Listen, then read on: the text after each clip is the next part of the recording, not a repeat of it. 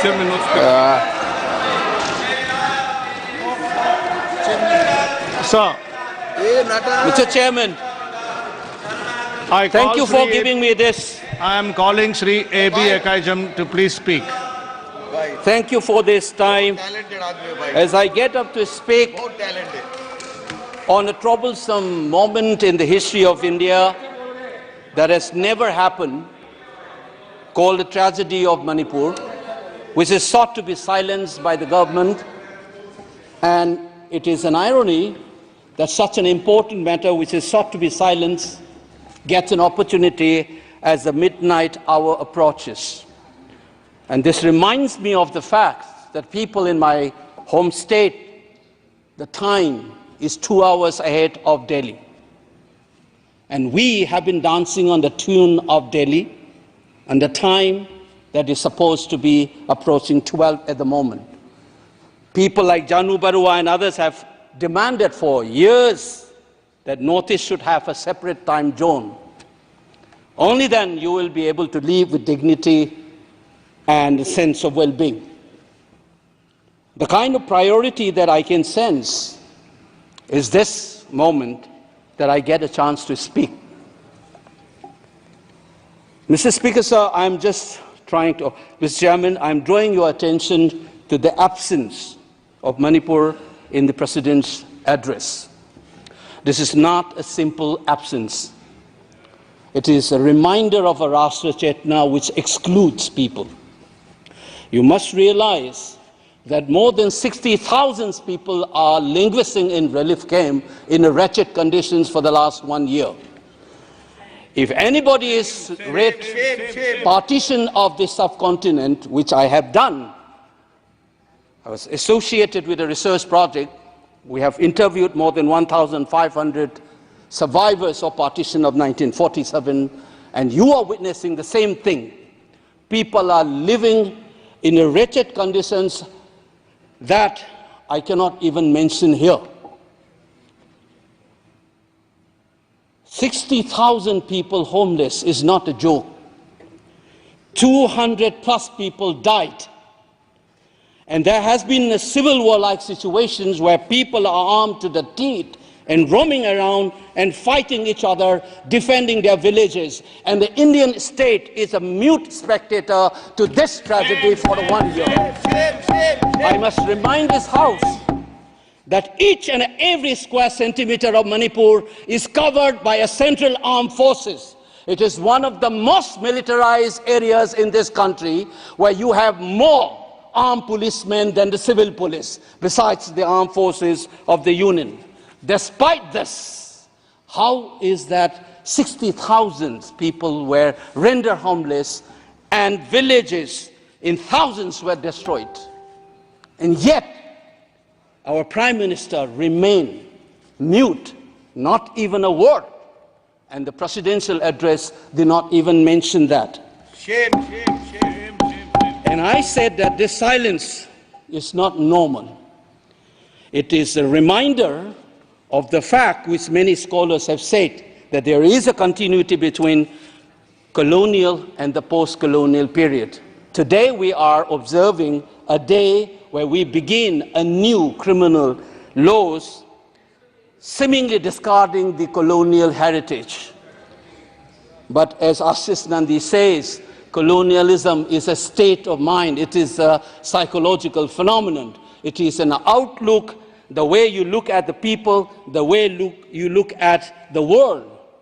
And the fact that this continuity is shown by neglecting the tragedy of a state, which is the 19th state of the Union.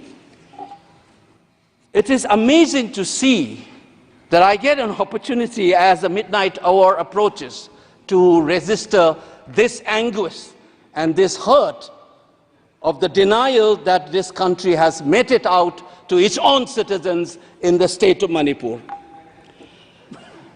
I must ask these questions to the House. Is this silence communicating to the people of the Northeast, and Manipur in particular, that you don't matter in the Indian state scheme of things? Major Laisam Jotin, who was awarded Ashok Chakra while grappling with suicide bomber, was a Manipuri, who was awarded Ashok Chakra. You are dishonoring his own state. Major Ngangom Joy Datta, who was awarded Veer Chakra while fighting for this country and doing his duty as a part of the peacekeeping force in Sri Lanka in 1987. You are dishonoring this man. You are dishonoring the likes of the youths who hold the tricolor in international platforms. The likes of Mary Kom, Sarita Kunjarani, and Mirabai Chanu. You are saying that you don't matter in this country. Your state doesn't matter in this country. You are also saying that the likes of Ratan Tiam, the icon of the culture of this country, Arivam Sham Sarma, don't matter in this country. If you have an iota of concern for this state, there would not have been a silence. There would not have been a silence in this house, nor in the presidential address. This must be registered. Please raise your point of order. If you wanted to doubt the nationality and the nationalism of the people of that state, you must realize that these people have fought for the country. These people have brought rural to this country. Please remember this. And that is what the silence means. 1 second. क्या बात कर रहे हो? And I am telling you गलत नहीं हो this. सकता है। मैरी कॉम को हमने मेंबर ऑफ पार्लियामेंट बनाया, भारतीय जनता पार्टी ने मेंबर ऑफ पार्लियामेंट बनाया। हमने कैसे नहीं इज्जत दी मणिपुर को? मणिपुर को स्पोर्ट्स यूनिवर्सिटी दिया। और आपसा जो है, मैं एक ऐसा आदमी हूं कि मेरे मामा को मणिपुर में गोली लगी, वो सीआरपीएफ के डीआईजी थे, इनको शहीद नहीं पता है।